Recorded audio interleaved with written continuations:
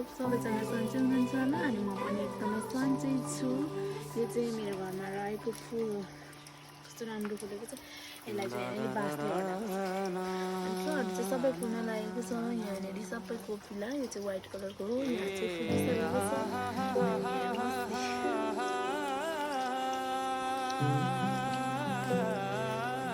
यसरी फुल्दैछ, सबै कोपिला लाग्दैछ। सबै कोपिला बसेर छ। सो अहिलेको कुरा गर्नुपर्दा चाहिँ हेर्नु न, सबै बिहानै पनि पानी पर्छ, बेलुका पनि पानी पर्छ। के हो यस्तो? तपाईँहरूकोतिर कस्तो छ? हामीतिर चाहिँ एकदमै धेरै पानी परिरहेको छ। बिहान पनि पर्छ, दिउँसो पनि पर्छ, बेलुका पनि पर्छ। पानी पनि फुल देखाउनु जाउँ भनेको त कस्तो पानी परिरहेको। सो यहाँ त यो रोज कति दिन भइसक्यो कि कहिले फुल्छ भन्दा भन्दा पर्खिँदा पनि बल्ल फुलबारी रहेको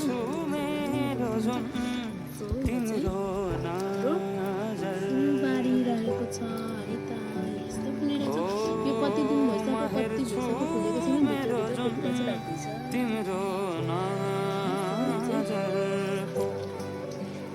यहाँ चाहिँ यो कति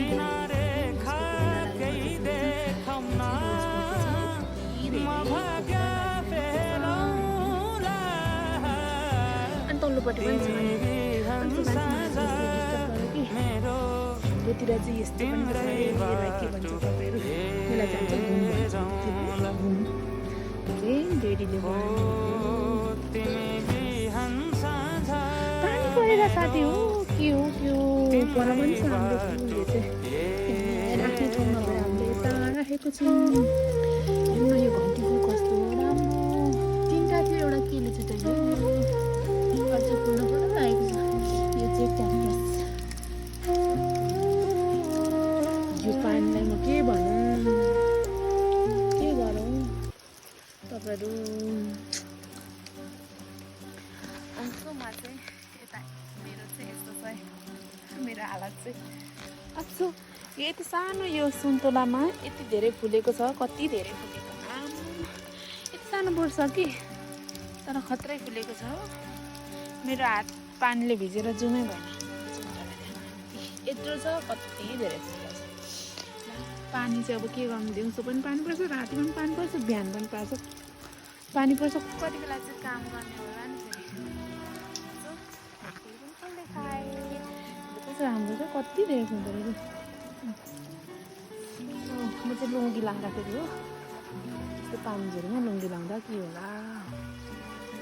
गाइस म चाहिँ अब सब्जी टिप्न लागेँ बारीतिर। ल हेर्नु यस्तो छ, कति साह्रो धुवानी कुहिरो मण्डल।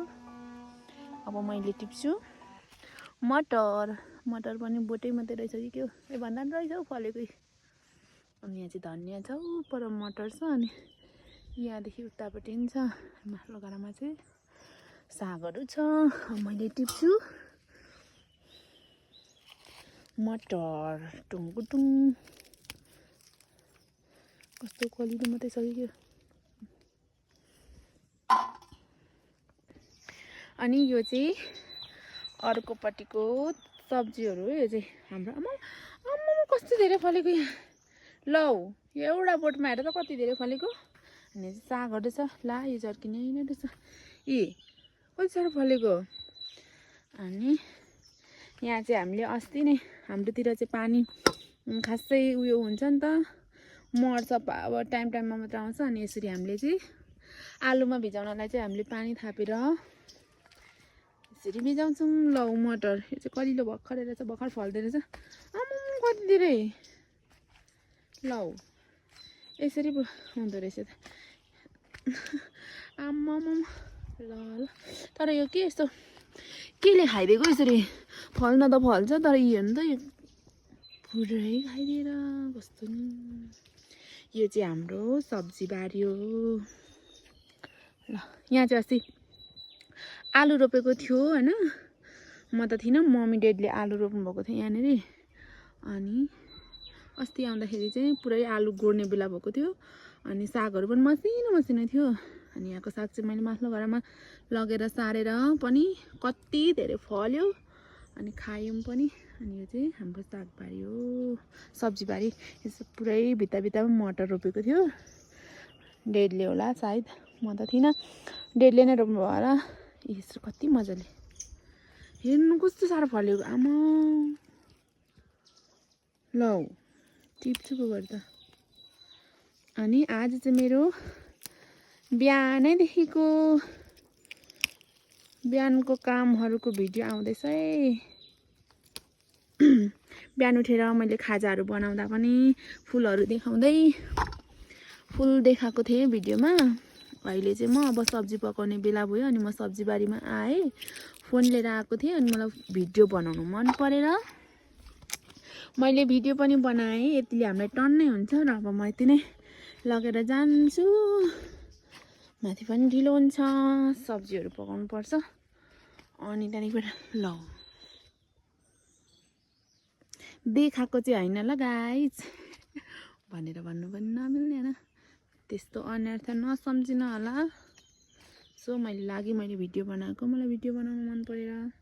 कति धेरै फलेछ, मैले यस्तो साह्रो फल्छ भनेर पत्याएको पनि थिइनँ क्या। अस्ति नै बोट कति मसिनो थियो, अनि यस्तो पो फलेछ त। अनि रामकृष्ण लु भन्दा पनि यो पनि देखाउँ। यो चाहिँ म र बहिनीले यहाँनिर खोर्सानीको बिउ राखेको छु म। यहाँ चाहिँ ल प्याज भयो। यो अस्ति म आउँदाखेरि यो यहाँनिर आलुबारीमा मसिनो थियो क्या, यत्रो थियो, ठ्याक्कै यत्रो थियो सार्दाखेरि। अनि यो चाहिँ यस्तो भइसकेको छ, बुढो पनि भइसकेको छ अब त। अनि झार पनि आएछ, तर कति धेरै खायौँ क्या यहाँको सागहरू, टन्नै खायौँ। अनि अर्को कुरा चाहिँ यहाँ चाहिँ मुला रोपेको थियो। मुला चाहिँ यत्रो उसको 2टा पाता आउँदाखेरि नै यो केले खायो कि कति धेरै पलाएको थियो। मैले यस्तो सिधा रोपेको थिएँ, कति धेरै पलाएको थियो, तर मसिनो 2टा पत्ता आउँदा समेत केले खायो है। त्यो चाहिँ भएन, तर पनि रहेकोमा एउटा चाहिँ यत्रो झाङ चाहिँ आएको छ, तर फल्न चाहिँ छैन फलेको। अनि यो चाहिँ भयो धनियाँ चाहिँ कति बाक्लो फलाएको थियो। अनि अस्ति बहिनी र म आएको बेला सबै यो नेरी उसको झारहरू निकालेर, के भन्छ, झारहरू निकालेर अनि छाँटेर लग्यौँ। अनि यतिको भएको छ। अनि यहाँ चाहिँ तोरीहरू हो, उपर पनि धनियाँ छ। त्यहाँ पनि मुलाको ऊ चाहिँ छ कि, यहाँ चाहिँ मुला पनि थियो यहाँ पनि। यो चाहिँ अस्ति नै डेडले म आउँदाखेरि ठुल्ठुलो भइसकेको थियो कि, त्यो चाहिँ म पछि आएर रोपेको हो। यो चाहिँ म आउँदाखेरि ठुल्ठुलो भइरहेको थियो, तर यो पनि केले खाएर होइन, केले चाहिँ खाँदो रहेछ मुलाको। अनि यो मुला खाइदियो। यहाँ पनि छ धनियाँहरू पनि छ। यहाँ चाहिँ तोरी कस्तो मजाले हुँदो रहेछ। अस्ति हामीले सब्जी खाएर उब्रेको चाहिँ यसरी फल्यो। अनि यो चाहिँ हाम्रो साग फुली गएछ। हेर्नु न, घाम लाग्नु नि हो भगवान्। ल गाइज, अब चाहिँ धेरै लामो भिडियो भयो होला, अब म घर जानुपर्ने हुन्छ गाइज। सो अब आजको लागि मेरो मिनी भिडियो यति नै। बाई साथीहरू।